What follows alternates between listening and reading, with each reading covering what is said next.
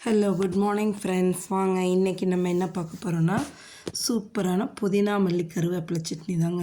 இந்த புதினாத்தில் மல்லித்தில் கருவேப்பிலையில் மூணும் போட்டு நான் செய்கிற இந்த சட்னி அவ்வளோ டேஸ்ட்டாக இருக்குங்க. இட்லி, தோசை, சப்பாத்தி எல்லாத்துக்குமே நல்லாயிருக்குங்க. அட் த சேம் டைம் நம்ம உடம்புக்கும் ரொம்ப ஹெல்த்தியானது. கருவேப்பிலையும் சரி, கொத்தமல்லியும் சரி, புதினாவும் சரி, அவ்வளவு சத்துக்கள் இருக்குங்க. இந்த புதினா மல்லி கருவேப்பிலை சட்னியை நான் எப்படி செஞ்சுருக்கேன்னு சொல்லி வீடியோக்குள்ளே போய் பார்க்கலாமா?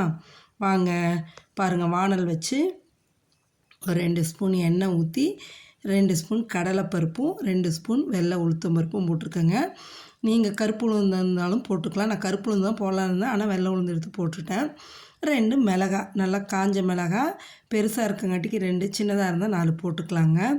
இது எனக்கு ஏற்ற காரத்துக்கு எங்களுக்கு தேவையான அளவுக்கு வைக்கிறேன். உங்களுக்கு காரம் வந்து அதிகமாக வேணால் அதிகமாக வைக்கலாம், கம்மியாக வேணாலும் கம்மியாக வைக்கலாம். இதோட பச்சை மிளகாயும் போடுவோம், சரிங்களா? பாருங்கள், இதில் வந்து ஒரு சின்ன துண்டு பெருங்காயம் எண்ணெயில் போட்டு நல்லா பொரிய விட்டு வறுத்து எடுத்துகிட்டு அரைச்சிட்டோன்னு வைங்களேன், அவ்வளோ டேஸ்ட்டாக இருக்குங்க.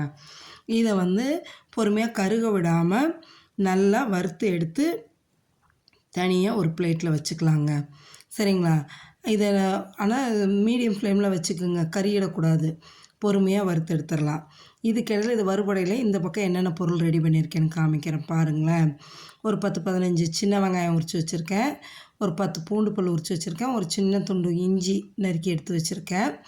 இது தாங்க இந்த இதுக்கப்புறம் பார்த்திங்கன்னா நல்லா பிடிக்கும் ஒரு பிடி புதினா அதிகமாக எடுத்துருக்காங்க. புதினா தலை தான். இதில் பாதி அளவு மல்லித்தலை, பாதி அளவு கருவேப்பிலைங்க. கருவேப்பிலை ஒரு 6-7 இனுக்கு உருகி எடுத்து வச்சுட்டேன். எல்லாம் கழுவி எடுத்து வச்சுட்டேங்க. இப்போ பாருங்கள், கடலைப்பருப்பு, உளுத்தம்பருப்பு, மிளகாயெல்லாம் வறுத்து வந்தாச்சு. அதை எடுத்து ஒரு பிளேட்டில் வச்சுட்டு அதே எண்ணெயில் நம்ம வந்து வெங்காயம், பூண்டு, இஞ்சி, ஒரு தக்காளி போட்டுட்டேங்க. தக்காளி போடாமல் நீங்கள் புளி கூட போட்டுக்கலாம், அது நம்ம சாய்ஸுங்க. நான் புளி போடாமல் இன்றைக்கி தக்காளி போட்டுட்டேங்க. 2 பச்சை மிளகாய் இதில் போடுறேங்க. பச்சை மிளகாய் முழுசாக போட்டால் வெடிக்கும், அதனால் நான் 2ஆக உடச்சி போடுறேங்க. 2 பச்சை மிளகாய், அதுவும் பெரிய பச்சை மிளகாயாக 2 போட்டேங்க. இதையும் பொறுமையாக நல்லா வதக்கி எடுங்க. வதக்கிக்கிட்டு இந்த புதினா தலை, மல்லி இலை, கருவேப்பிலை இது எல்லாத்தையுமே போட்டுடுங்க. போட்டு பொறுமையாக வதக்கி எடுங்களேன். தக்காளி வேணுங்கிறவங்க போட்டுக்கலாம், இல்லை அப்படின்னா தக்காளியை ஸ்கிப் பண்ணிவிட்டு நீங்கள் வந்து புளி கூட கொஞ்சோண்டு போட்டுக்கலாங்க. நான் புளி போடாமல் ஒரு தக்காளி போட்டுக்கிட்டேங்க, சரிங்களா? டேஸ்ட் அவ்வளோ பக்காவாக சூப்பராக இருக்குங்க. ஒரு தடவை நீங்கள் இந்தமாரி சட்னி அரைச்சி கொடுத்துட்டிங்கன்னா திரும்ப திரும்ப நீங்களே இதே மாதிரி சட்னி அரைச்சி செஞ்சு சாப்பிடுவீங்க, அவ்வளோ டேஸ்ட்டாக இருக்குங்க.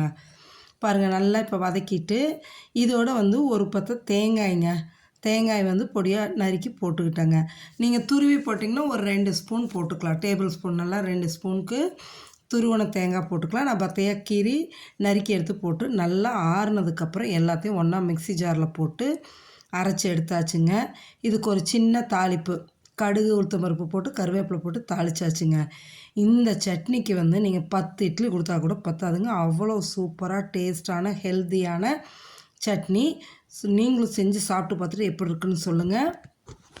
பாருங்களேன், அவ்வளோ சாஃப்டான இட்லிக்கு இந்த சட்னிக்கு ஒரு டேஸ்ட்டாக இருக்குங்க. 10 இட்லி சாப்பிட்லாம்.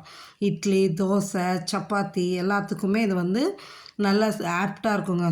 ரொம்ப பொருத்தமான சட்னியாக இருக்கும். இன்னொரு இது என்னென்னா, இந்தமாரி சட்னியாக வைக்காமல் நீங்கள் கெட்டியாக துவையல் மாரி அரைச்சி எடுத்துக்கிட்டிங்கன்னா தாளிப்பு கொடுக்க வேண்டாம். துவையல் வந்து சைட் டிஷ்ஷாக வச்சு தொட்டுட்டு சாப்பிட்லாம். வெரைட்டி ரைஸ்க்கு சாத்தில் போட்டும் சாப்பிட்லாம், சரிங்களா? ஓகே, சப்ஸ்கிரைப் பண்ணுங்கள். தேங்க்யூ.